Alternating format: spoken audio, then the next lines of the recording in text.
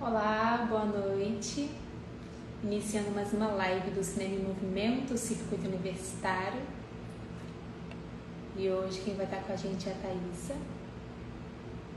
Estou convidando ela aqui, espero ela entrar.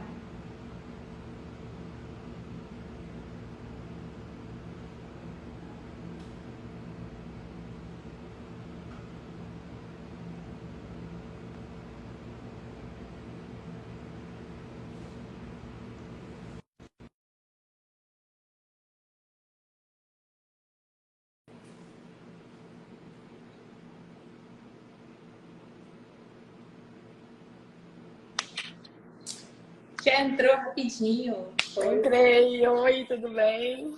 Tudo bem? E você, como é que tá? Tudo bem também, obrigada. Ai, que bom. Vou apresentar o projeto e depois eu peço para você se apresentar. Tá, Pode ser? certinho, pode. Beleza. Boa noite para quem está começando a entrar aí, assistir a gente nessa live. Essa live é mais uma live do Cinema em Movimento, Circuito Universitário. O projeto ele sempre leva mostras de filmes para dentro das universidades. A gente também acha importante fazer as lives e deixar os filmes abertos também para visualização no perfil da produtora, porque nem todo mundo consegue acessar o espaço da universidade, nem todo mundo consegue estar neste lugar. Então, a pessoa ter a possibilidade de assistir em casa o filme, depois entrar numa live e ter isso tudo dentro da sua casa, do seu conforto, também é importante para a gente. O cinema chega de uma outra forma também na residência das pessoas, né? Esse projeto ele é patrocinado pela Petrobras, tem também o apoio do MINC, do governo federal, e hoje a gente vai falar sobre o filme Olha para Elas, que é um filme muito forte, muito importante, falar do encarceramento feminino, né? E a gente tem hoje a nossa debatedora querida, que topou participar com a gente. A Thaís, você pode se apresentar um pouquinho pra gente? Posso? Tá me ouvindo certinho, direitinho? Tranquilamente. Meu nome é Thaísa, né? Eu sou daqui de Goiânia, né? Eu sou historiadora de formação, atualmente estou aí na educação básica, né? Mas eu tenho aí, né, especialização em educação em direitos humanos, história e cultura. Atualmente estou fazendo mestrado na área de ensino profissional, né, voltado para o ensino de história, que é para a educação básica. E a minha pesquisa ela é voltada para ensino de história e violência de gênero.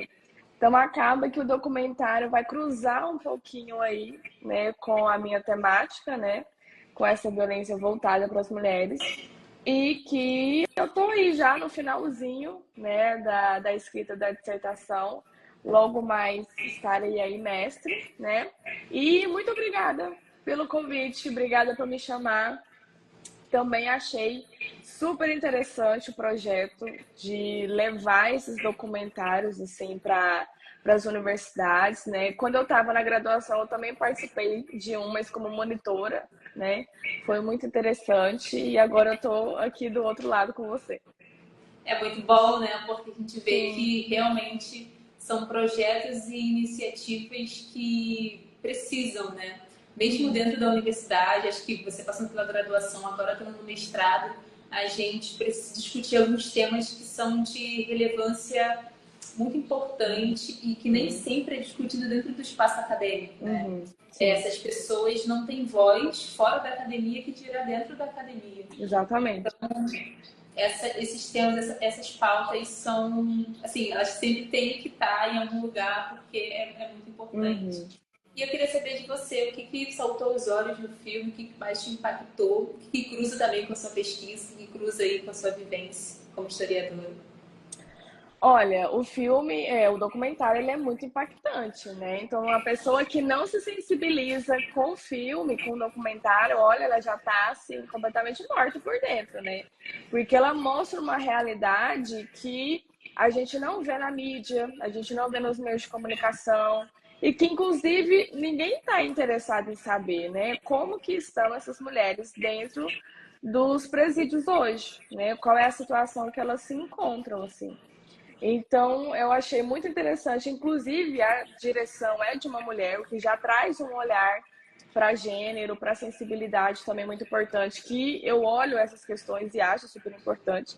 O olhar, né, do roteirista, do diretor, traz, né, todo o viés assim, que a gente vai observar, né, no documentário, mas uma coisa, né, que fica muito latente é a questão do ciclo da continuidade da violência, né?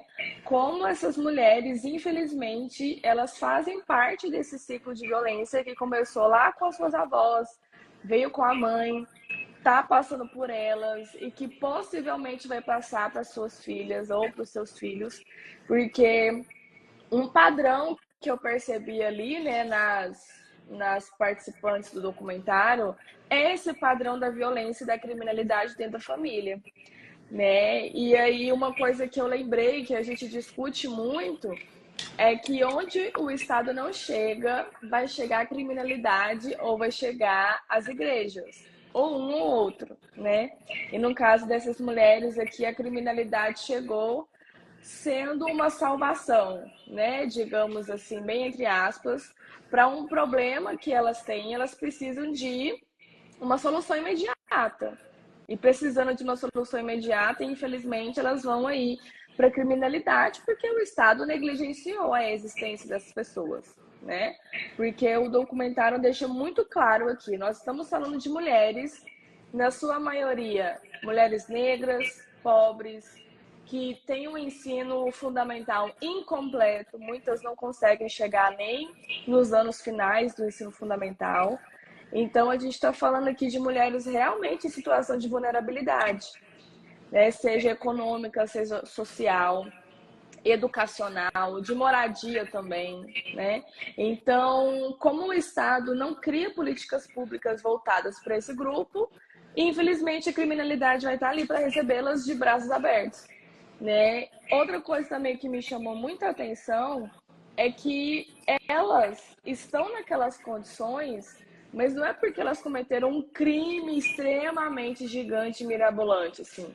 Elas cometeram um crime porque elas furtaram uma comida no supermercado, furtaram uma mamadeira no supermercado, porque ela estava carregando pequenas gramas, né, de algumas substâncias ilícitas, né? Então, assim, uma coisa que eu percebi, que eu até depois fiquei até pesquisando, para mim ficou parecendo muito, né, que a punição ela é desproporcional ao tipo de crime que essas mulheres cometeram. E crime, bem entre aspas, né? Porque, por exemplo, no Código Penal brasileiro, existe o chamado furto famélico, né? Ou seja, se você furta em necessidade de fome, de alimentação, aquilo não vai ser considerado crime e a pessoa pode não ser julgada nem presa por aquilo. Só que quando você olha o documentário, isso é muito pelo contrário, né? As mulheres, elas estão nessa situação de vulnerabilidade, mas elas continuam sendo criminalizadas por furto famélico, por exemplo, né? Então, agora eu esqueci o nome dela, mas passou a situação de uma mulher, né, que foi presa porque ela roubou uma mamadeira e um pedaço de carne, né? Então, como que o Estado poderia olhar para essa mulher e tirar ela dessa condição, né? Eu acho que esse seria o papel principal ali, né, do Estado. Mas, infelizmente, não é isso, né, que o Estado vai fazer. Inclusive, esse sistema capitalista, infelizmente, ele leva a gente a agir assim de forma extremamente contra a moral, né, contra coisas legais, contra a própria lei, porque é questão de sobrevivência. E ficou martelando bastante assim na minha cabeça aquelas frases de coach que a gente sempre vê, né? Ai, todo mundo tem as mesmas 24 horas, né? Meritocracia. Você só não chegou lá porque você não se esforçou. Você só não é um milionário hoje porque você não se esforçou. Mas quando você assiste documentário, você vê que são gerações e gerações e gerações que passam por esse problema de pobreza e de vulnerabilidade, né? Então, esse discurso, obviamente, ele vem aí para manter esse status quo, né? Quem é pobre manter pobre, quem é rico manter rico, né? Então, uma coisa que foi falado no documentário é que o Estado só te tira, né? Então, tem um depoimento de uma ex-detenta, né? De uma liberta, que ela fala: o Estado só te tira. E aí ele vai te tirar principalmente a família, porque o documentário ele foca nessas mulheres carcerárias que são mães. Então, o Estado vai tirar a família delas, o Estado vai tirar os filhos delas, né? Tira a dignidade dessas mulheres, tira também principalmente os seus direitos, né? E aí não tem muito tempo, inclusive, que o projeto de lei sobre distribuição de papel higiênico e absorventes no Brasil acabou de ser negado por quase unanimidade pelos senadores do Brasil, exceto pela Duda, né, de Minas Gerais, que foi a única que votou a favor. Então, o Estado ele está minando os direitos dessas mulheres e minando a dignidade delas, né? Porque como assim o Estado se recusa a oferecer o mínimo do mínimo de uma higiene pessoal para uma pessoa que precisa desses cuidados, né? Então, assim, não tem absorvente, não tem fralda, né, para os filhos, não tem papel higiênico, não tem sabonete, né? Então você percebe que, tipo assim, o Estado ele não dá nem o mínimo que ele deveria. Olha que na Constituição é obrigatório, né? Na Constituição é obrigatório, no Código Penal também. Então, essas mulheres, elas são desassistidas mesmo estando encarceradas. Então, é uma realidade assim que é muito triste, né? Pior ainda, e sem pensar em que os filhos dessas mulheres são retiradas à força delas, né? Então, quando completa um ano, essas mães elas têm que abandonar, elas são forçadas, na verdade, né? Abandonar aí os seus filhos. E aí, muitas não têm com quem deixar, né? Então, tem muitos relatos no documentário de mulheres que deixam com vizinhos, com amigos, né? Ou que realmente não tem para onde colocar essas crianças, então elas são colocadas em abrigos. E nesses abrigos, essas mulheres também não sabem como essas crianças estão sendo cuidadas, né? Nem por quem.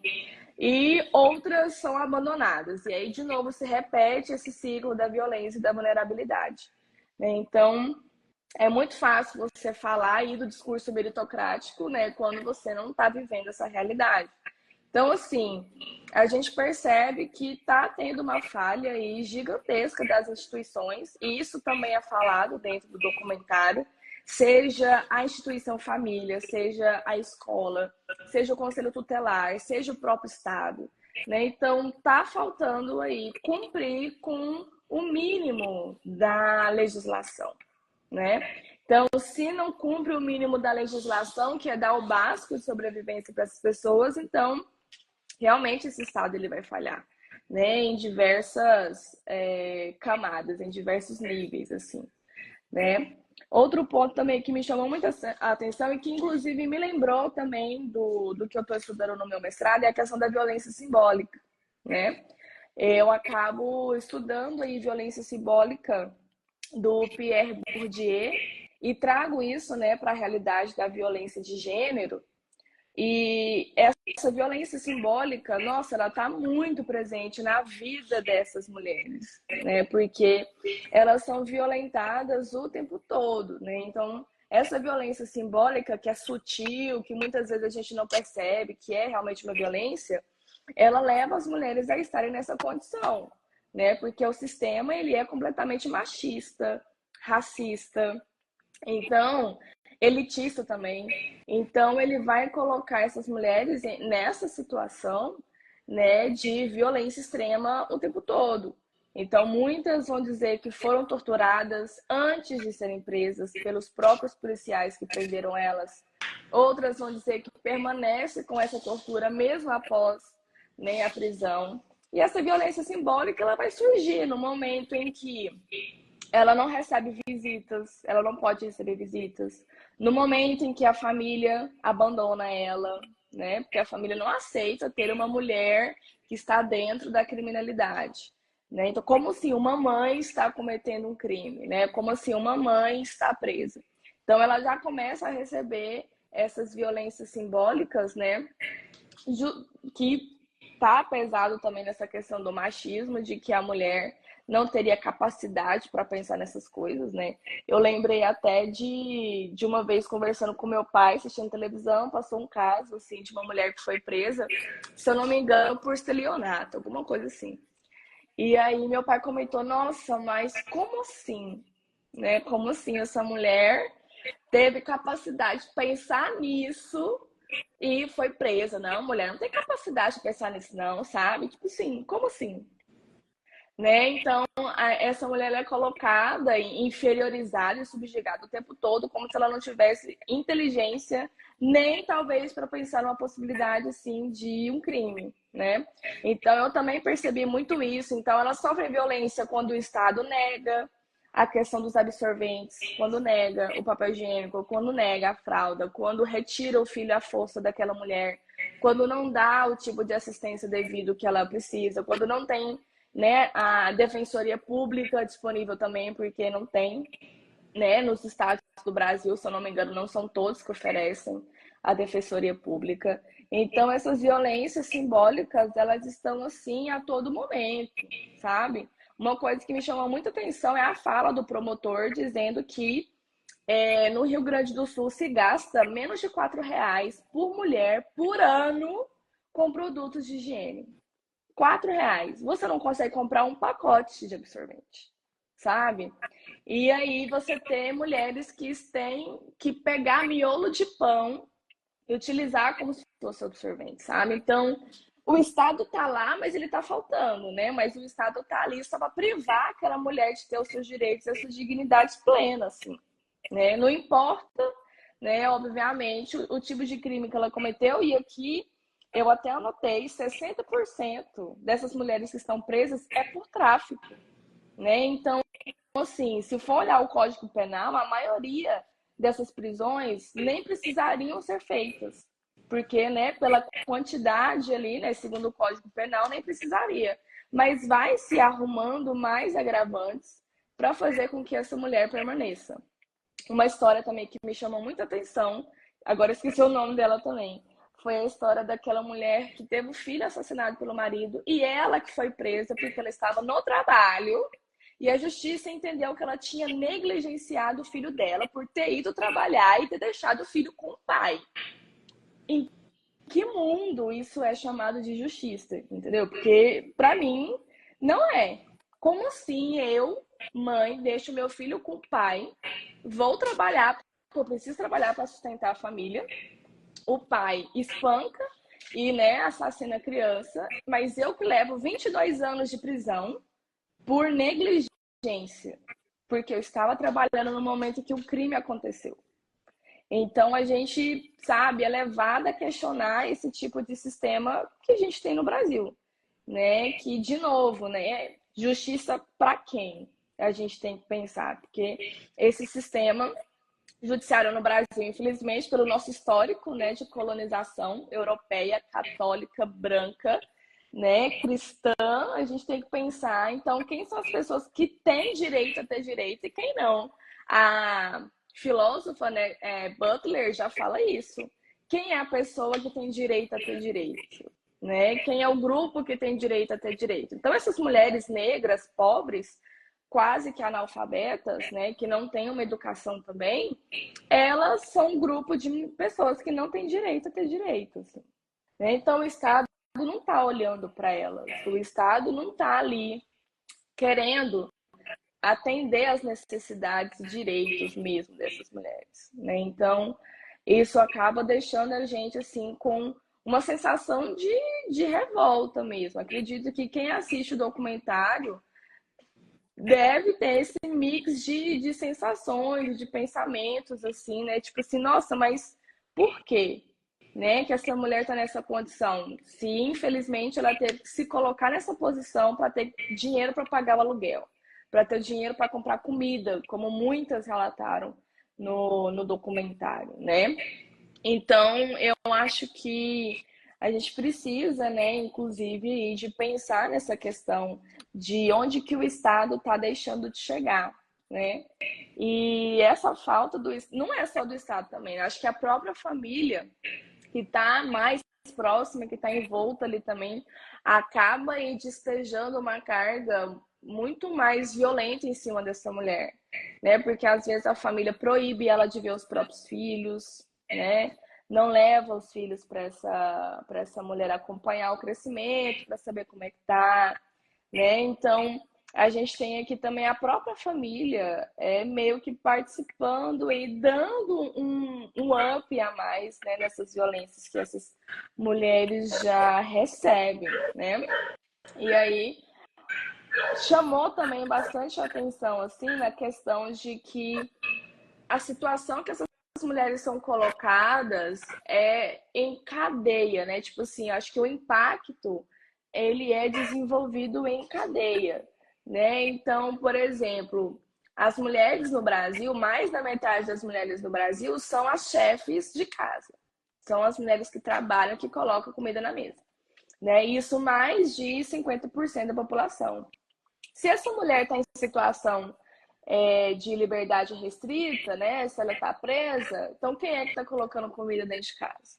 Quem é que está pagando as contas, né? Com quem que essa criança está? Ela está indo para a escola, né? Ela continua dentro da educação. Então, assim, o termo que foi usado foi a degradação da família, né? Quando essa mulher ela vai presa, toda a família está condenada, basicamente, a estar presa junto com ela, né? Então a gente tem essa questão de que todo o cuidado e toda a responsabilidade vai cair em cima da mulher. E se ela tá em falta naquela casa, então parece que ninguém, né, meio que ocupa esse lugar, né? Não, na falta dela, então a gente tem uma outra pessoa para dar uma assistência. Não, porque a maioria dessas mulheres são mães solos, né? Porque elas mesmas falam, né, no documentário, meu marido tá preso ou meu marido foi assassinado, né? Então, assim, elas não têm para onde recorrer, elas não podem recorrer para o Estado, elas não podem recorrer para a família, porque a família nega também a assistência, né? Então, você vai retirando a humanidade dessa mulher, você retira a dignidade e você vai levando ela à queda, né? Então, é essa degradação da família. Então, onde essa mulher não está, não tem ninguém para substituir a falta ou ocupar essa falta dela naquela forma, naquele momento, né? Então, isso acaba levando aí, de novo, aquele ciclo da violência, que também percebi que tem um ciclo de abusos ali muito grande, né? De mulheres que viram as suas mães serem abusadas e violentadas, elas foram abusadas e violentadas, e elas têm medo de que isso aconteça com suas filhas também. E isso tudo por conta do contexto social que elas estão inseridas, que infelizmente elas não enxergam uma saída, né? Elas não enxergam uma maneira de quebrar esse ciclo de violência e de abuso. Então, se minha mãe passou por isso, se eu passei por isso, provavelmente minha filha também vai passar. E por mais que ela tente quebrar esse ciclo, ele parece ser tão vicioso que não vai dar certo, porque o sistema leva, né, a que isso aconteça, né? Então, eu acho que essas mulheres, elas, nossa, o sofrimento você vê no olhar e no rosto delas, do como elas sofrem, né? E elas percebem o quanto elas também estão sendo injustiçadas de certa forma, né? Então, isso vai levando, né, justamente uma bola de neve que você não vê uma saída e essas mulheres estão sendo engolidas, né, por essa bola de neve. Porque não existe uma possibilidade de talvez, né, essas mulheres acabarem com aquela tradição, né, ou maldição, né, da família ali nelas, né? Então, tem até um relato de uma que diz que ela nasceu na prisão e a filha dela também vai nascer na prisão, Sim. né? Então, e esse é um relato muito forte. Ela só tem 24 anos e ela tá ali de novo porque cometeu tráfico, né? Mas aí você percebe, poxa, né? Ela passou por isso, a filha dela vai passar por isso, né? Então, como quebrar esse ciclo, né? Então, é muito difícil você pensar, obviamente, que sozinha ela vai conseguir sair dessa situação. E aí, de novo, o Estado está faltando, né? Então, cadê o Estado para dar uma assistência melhor para essa mulher, né? Para que depois ela não tenha que recorrer de novo a tráfico ou até mesmo prostituição, porque muitas mencionaram que ou elas ou a filha delas estão indo para esse caminho também da prostituição, que é, né, infelizmente, o mais fácil, bem entre aspas, né, de você conseguir aí um dinheiro, né? Então, elas realmente parece que não vê uma saída. Eu senti, infelizmente, eu senti muito na fala delas essa falta de esperança, essa falta de solução, essa falta de resposta. Né? Eu não consegui mesmo perceber nelas que elas têm uma certa esperança de mudar esse ciclo, né? De acabar com essas violências, sabe? Então, assim, me impactou bastante, né? Esse documentário, assim, e a gente percebe que as mulheres, independente da situação que elas se encontram, elas vão continuar recebendo mais e mais violência, principalmente, né, com esse recorte de gênero, recorte de classe, né, recorte de raça. Essas mulheres ainda vão continuar a serem violentadas, né? E os seus filhos também vão ser violentados. Então você percebe que essa, né, continuidade assim é uma questão que infelizmente a gente não vê muito fim, né? Apesar de que a gente queria que tivesse fim para que a gente não precisasse estar aí debatendo, né, a pobreza menstrual, a falta, né, de itens básicos assim para essas mulheres, né, para a gente não ter que falar dos seus filhos que estão sendo forçadamente abandonados por elas, né? Então seria maravilhoso a gente não ter que falar sobre isso, né? Mas infelizmente o nosso sistema ele leva a essa situação, né? Sim, você trouxe vários pontos que eu super concordo também e super fico pensando sobre. E tem uma fala do filme que ela resume muito assim um todo, que é essas mulheres chegam aqui quando todas as outras instituições falham Falham. e elas continuam falhando, né? Porque Uhum. dentro do sistema de cárcere, a mulher, se dentro do Rio Grande do Sul eles gastam 4,30 mensalmente para essa pessoa, imagina, você compra aqui um sabonete, e só. E só. Você não tem dinheiro para nada. E olha que a gente Uhum. está falando de ginecologista, que é uma coisa que não existe, e olha que a gente não está falando de psicólogos, todas as medicações que essas mulheres tomam. E elas falam isso no documentário, só que de uma forma muito, muito rápida, né? E isso eu acabei tendo essas informações conversando com outras pessoas, que é uma medicação só para dopar, né? Só para aquela mulher ficar um pouco dopada, um pouco calma, remonta um pouco, né, da história dos hospitais psiquiátricos, né? São remédios só para te dopar, só para você ficar tranquilo e também para você não surtar ali dentro, né? Porque tem um relato também de uma pessoa que estava em situação de cárcere que ela, não, eu tomei os remédios para ficar tranquila, senão eu iria me matar. Porque eu estava com muita saudade dos meus filhos. Tenho um filho que possui uma deficiência mental, possui uma questão mental, e eu não tinha informação do meu filho. Então, até a tortura psicológica, para além da tortura física, que elas não relatam ali dentro, mas que a gente sabe que existe, existe a tortura psicológica, ainda mais na situação de uma mãe, né? Que para ela o mais importante são os filhos, né? E estão lá fora e elas não têm, às vezes, visita porque a avó não quer levar, porque acha que a filha cometeu um crime. A parte paterna, então, nem se fala, jamais vai dar um apoio para essa mulher. Os companheiros são os primeiros a abandonar, porque eles também ou estão em situação de cárcere, ou já puxaram anos de prisão e não querem voltar para lá, não querem ter o seu nome de novo lá, ou realmente, para eles abandonam por muito menos, né? A gente sabe das mães solos a realidade que é por muito menos do que isso. Então, imagina essa mãe que é presa, né? Que é privada da sua liberdade. Então, ela tem um abandono aí múltiplo. Então, o sistema falha antes e falha depois. Teve um comentário da Cami que ela fala sobre a reintegração, né, dessas mulheres na sociedade, que é completamente difícil de ter um emprego, um trabalho digno. E esse trabalho, esse emprego, ele é negado até pela falta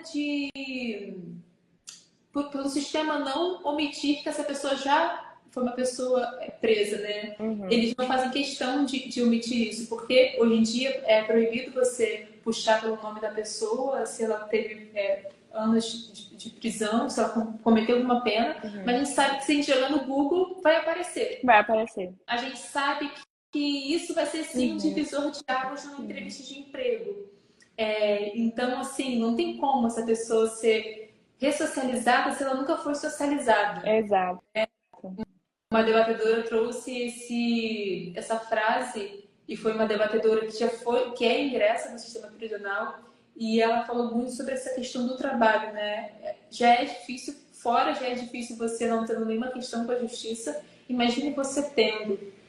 Então, assim, não há ressocialização. Não há nem socialização, que dirá, né, socialização.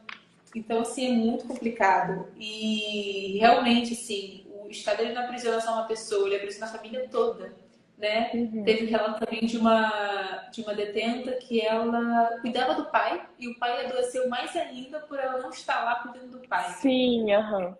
Né? Então, a gente entra também no tema quem cuida de quem cuida, né? Porque essa mulher não está cuidando mais e aí ela passa a ter mais uma questão familiar, talvez pode ser a perca do pai, para a gente pensar também que não é só os filhos, né? É toda uma família que depende daquela mulher, que é sempre uma estrutura muito base, de pilar da manutenção familiar, né? Do núcleo familiar.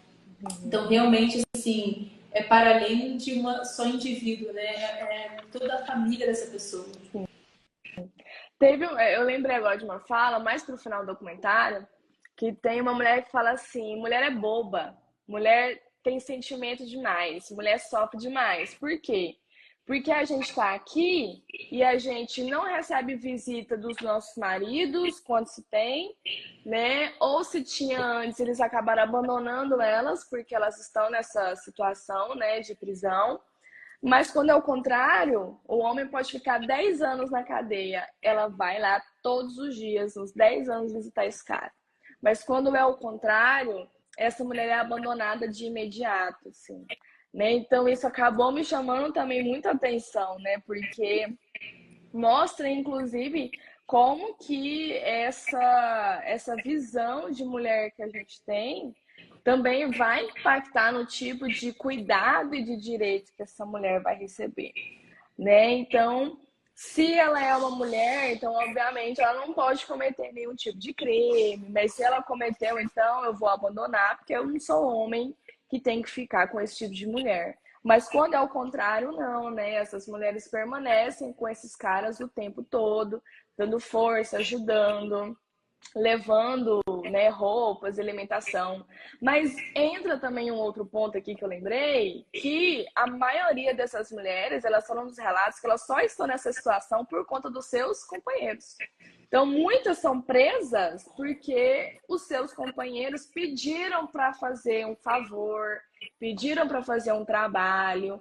E aí, quando elas vão, né, executar esse favor ou esse trabalho, elas acabam caindo junto, né? Então, ou elas estavam, né, no espaço, no ambiente que a polícia chega e aí leva todo mundo também, né? Então, assim, essas mulheres, elas estão nessa situação por conta dos seus companheiros, né? Então, de novo, né, o quanto isso acaba reforçando esse sistema machista que a gente tem, porque parece que essa mulher não tem para onde correr. Se ela é mãe solo, ela tem uma dificuldade, se ela tá com um companheiro, ela já tem mais outra dificuldade. Então, assim, parece que realmente essa mulher ela não tem assim muitas possibilidades, né? Então, muitas acabam caindo nessa situação por conta dos seus companheiros. E aí, quando elas são presas, eles acabam abandonando, virando as costas, sumindo da vida dessas mulheres e deixando elas com o BO delas lá para resolver, né? Porque aí eu já não tenho mais nada a ver com isso, né? Foi você que caiu, você que não conseguiu, então se vira aí, né? Então, essas situações, assim, são muito, né, perturbadoras, assim, de se pensar que essas coisas estão acontecendo por causa deles, né? Até nisso, né, essas mulheres acabam caindo aí nesse sistema, né, de serem humilhadas, desumanizadas o tempo todo por conta dos seus companheiros, porque eles não tiveram aí, né, a ideia ou, né, a decência de colocar, né, como a gente pode dizer, né? Ai, fugiu a palavra aqui da minha cabeça agora, né? Mas é uma realidade mais decente para essa família ou para essa mulher, né? Então, acaba que, infelizmente, elas só estão nessa situação por culpa deles, né? Outro ponto também que me chamou atenção é a questão de crescimento do encarceramento, né? O Brasil é o terceiro do mundo em que mais se prende mulheres, né? Então, ainda tem um questionamento, né, no documentário, né? Mas se pune muito no Brasil, né? Mas a entrevistada disse: o pessoal tá falando que no Brasil não existe punição, né? Que não existe justiça no Brasil. Mas espera aí, né? Que tipo de discurso é esse? Que não existe punição no Brasil, sendo que o Brasil é o terceiro país do mundo em população feminina carcerária, né? Então, que tipo de país, né, se pune quando os nossos presídios são completamente lotados, né? Então, a gente tem que parar para pensar, né? Quem está sendo punido aqui? Que tipo de pessoa está sendo punida? Né? Porque, de novo, a justiça ela não é cega. Né? O pessoal aí do direito gosta muito de falar que a justiça é cega, né? Mas, historicamente, a gente sabe que, infelizmente, no Brasil, não é bem assim que funciona. Né? Essa justiça ela tem um olhar, uma direção muito bem direcionada. Né? Então, se a gente está punindo demais no Brasil, a gente tem que pensar quem são as pessoas que estão sendo punidas. E principalmente, por que elas estão sendo punidas? E será que a punição ela é proporcional ao tipo, né, de delito que a pessoa cometeu? Porque a gente tem no documentário exemplos de mulheres que furtaram alimentos ou tráfico de drogas. E aí você tem 20 anos de prisão, 22 anos de prisão, né, 30 anos de prisão. Então, será que está sendo proporcional? E por que essa mulher está sendo muito mais punida do que uma outra pessoa? Né? Então, por exemplo, ano passado, aqui em Goiânia, aconteceu um caso de um cara rico, né, de elite aí, acabou atropelando um motoqueiro na estrada e, infelizmente, esse motoqueiro acabou falecendo. E ele saiu de um condomínio de luxo, dirigindo um carro de luxo, e ele foi embora, não prestou nenhum tipo de socorro, simplesmente sumiu. Quando se descobriu que esse cara era, né, riquíssimo, ele não foi preso. Ele não foi preso. Ele foi preso, passou 2 dias, saiu, porque a família tem dinheiro para pagar, porque é uma família de elite, sabe? Então a gente tem que pensar, né, que, de novo, a gente tem uma justiça que é branca, masculina, né, cristã, de elite, e que não tá nem aí para o tipo de pessoa que eles estão julgando. Né? Na verdade, eles têm um olhar muito bem direcionado. Assim, né? Então, é pensar em quem que está sendo punido por essa justiça. Porque a gente fala muito em injustiça, mas até que ponto e quem está sendo injustiçado aqui também, né? Então, eu acho que o documentário traz muito bem esse tipo de reflexão, né? E eu também fiquei muito triste quando uma das entrevistadas diz que a gente tem a feminilização da pobreza. Então, né, aí a gente remete lá à década de 90, quando soltaram a frase, né, a pobreza tem o rosto de mulher. Então, tipo assim, significa que essas mulheres já estão condenadas desde sempre, né? Essas mulheres, já na sua infância, elas já são condenadas a esse tipo de situação. Então, essas mulheres são pobres, que vão continuar pobres, em situação de vulnerabilidade, e que isso vai levar a que elas percam a sua liberdade muito brevemente, assim que elas completarem 18 anos, porque muitas já começam na menoridade, né, a se envolver com alguns delitos, assim. Então, duas coisas foram faladas, né? Encarceramento da pobreza e a feminilização da pobreza. Então é como se realmente quem fosse pobre no Brasil, em sua maioria, são mulheres, homens, não. E a gente sabe muito bem que o sistema patriarcal sempre vai dar oportunidade melhor para o homem, né? Igual você falou de ressocialização, né? Que a Camila trouxe aí nos comentários. Aonde essa mulher vai ser ressocializada? Ela não vai. Então, que tipo de trabalho que vai sobrar para ela? Né? Que tipo de serviço vai sobrar para essa mulher no pós-encarceramento, quando ela estiver liberta? E aí, de novo, ela vai estar sendo condenada a se manter na pobreza. Porque, né, como você falou, quem é que vai querer empregar uma mulher que acabou de ser solta? Né? Então, a gente tem um mar de julgamentos aí e que não vão querer contratar essa mulher. Então, vai sobrar de novo para ela aquele subemprego, ou vai sobrar para ela de novo voltar para a criminalidade, né? Então, assim, não tem muita saída aí se o próprio Estado, o próprio sistema não mudar a sua estrutura, né? Que a gente bem sabe que é uma coisa aí que, infelizmente, não está caminhando para acontecer, né? Sim, você trouxe essa questão do olhar, né, muito certeiro para a justiça, e a gente vê que esses crimes, que são de grande maioria sempre pelo tráfico, eles vão continuar e continuam acontecendo, porque Sim. eles querem prender quem está na ponta, né, quem está ali no microserviço de todo esse sistema, mas nos grandes portos que sempre fazem os seus contrabandos, nas grandes cargas que chegam e que a gente não tem a total ciência de como essa carga é destruída, né, de como um estado fornece para o outro. Isso a gente não vê. Essas prisões a gente só enxerga. A gente só enxerga aquela microprisão que vai muito de que estava lá na hora errada, com a pessoa errada, vai muito de ser, às vezes, quantidades que não deveriam ser, com as penas que são, na verdade, não deveriam nem cumprir pena fechada. Então, está sempre no micro, e esse micro sempre vai acontecer, porque a engrenagem é essa.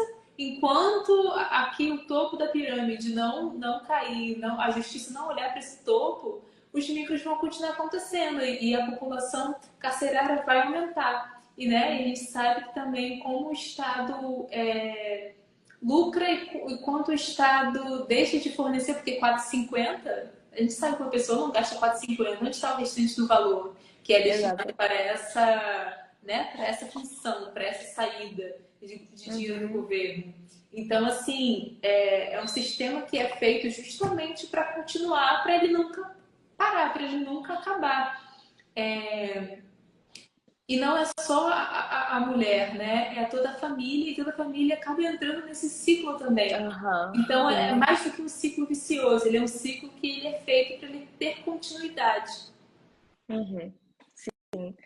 A corda sempre arrebenta pro lado mais fraco, né? Então vai arrebentar para quem tá ali na base, para quem tá ali no boca a boca, né? Fazendo esse micro trabalho, como você falou.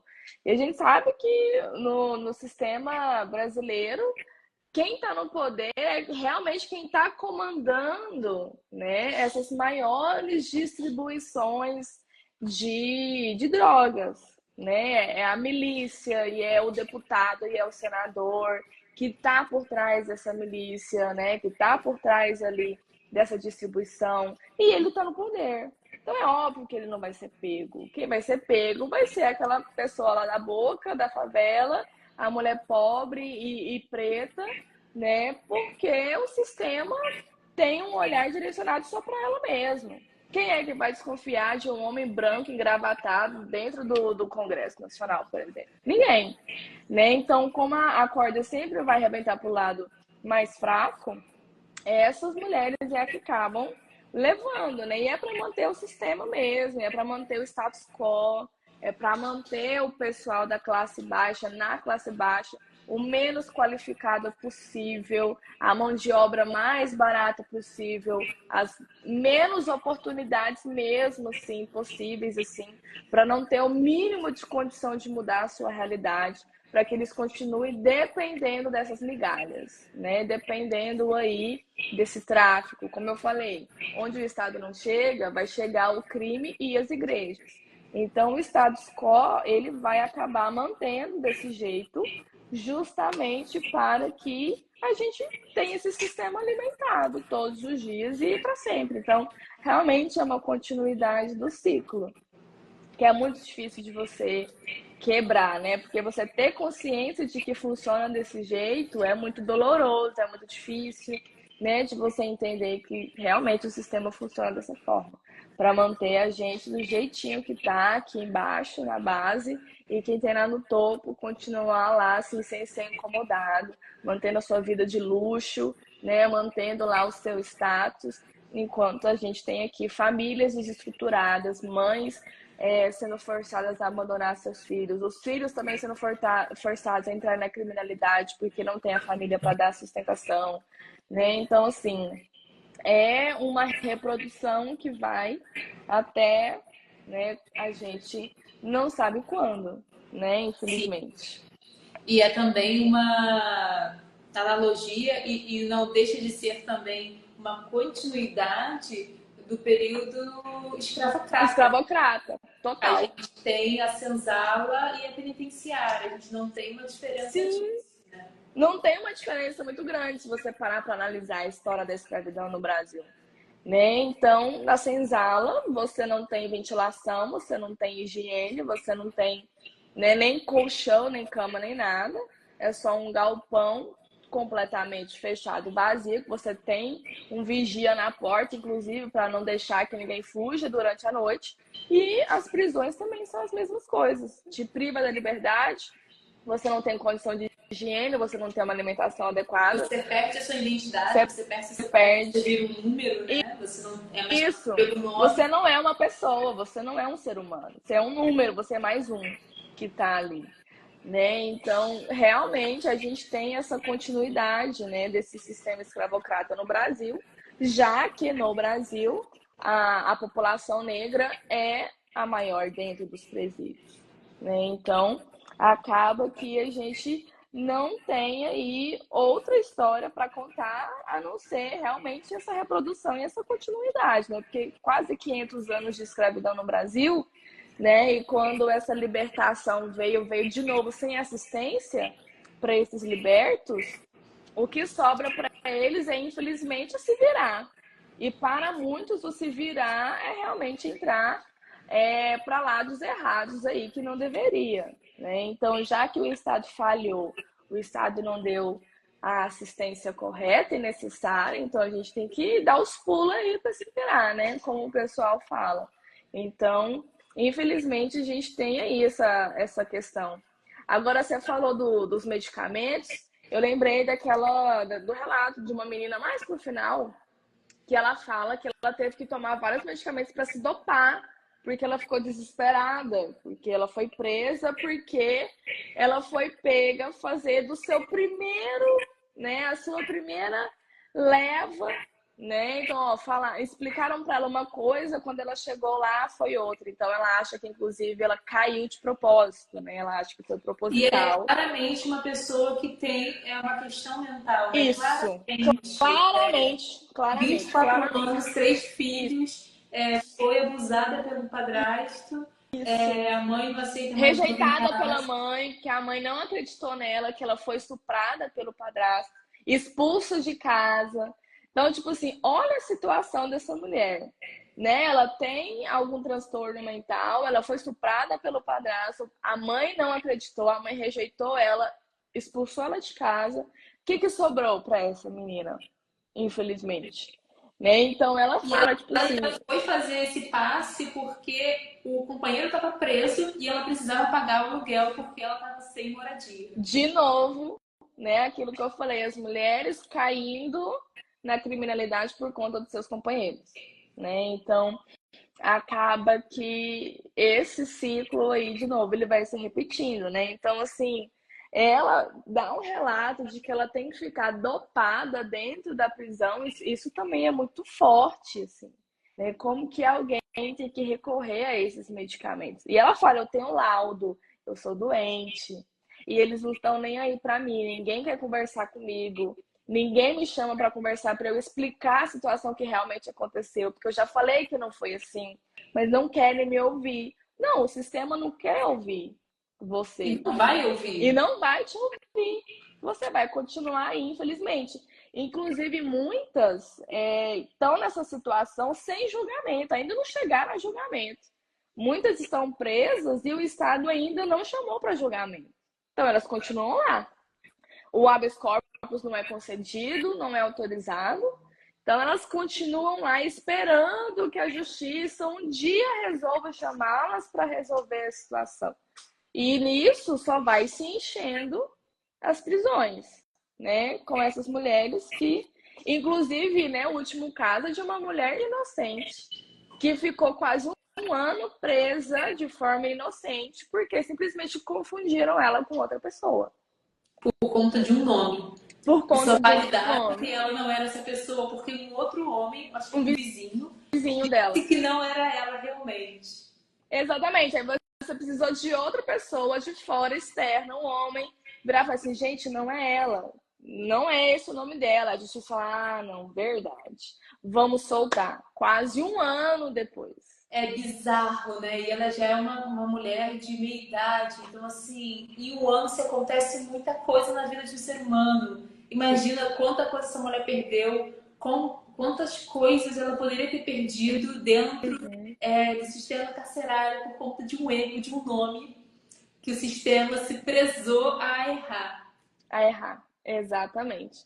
Então, isso aí também eu acabei percebendo que existe muita falha da própria justiça, muita falha da polícia, né? Então, a gente, as pessoas, né, de fora, se pensam, não, mas a polícia ela tá aqui para proteger, para fazer a segurança. Mas quando você busca o histórico de como e por que surgiu a polícia, você percebe que ela não tá ali. A última coisa que a polícia tá ali é te proteger, é fazer a sua segurança. Ela tá ali para manter a propriedade privada. E se tem alguém que tá ali quebrando essa lógica, vai ser punido. E de forma severa. Porque o Estado, ele dá um aval para a polícia fazer isso. Né? Então, muitas relatam, eu fui torturada de diversas formas antes de ser presa pela polícia. Elas falam isso, assim, abertamente. Então, você vê que tem um despreparo muito grande da polícia e da própria justiça, que não consegue olhar para essa mulher e pensar, não, tá bom, ela roubou uma mamadeira. Então, beleza, né? Vamos aqui fazer uma advertência, não vamos, né, colocar na ficha dela, porque é uma mamadeira. Algo irrisório, mas não, né? Por exemplo, furtou uma mamadeira, né? Então a gente vai dar 10 anos para essa mulher aqui. Você fica assim, gente, isso não é chamado de justiça, isso está completamente desproporcional, né? Mas é aquilo que a gente falou, né? O sistema está aí para ser alimentado e é assim que ele está sendo alimentado, todos os dias. Exatamente. Nossa, Thaís, a gente falou tanto que já vai quase ser uma hora. Sim. E é assunto que não termina, né? Que não termina.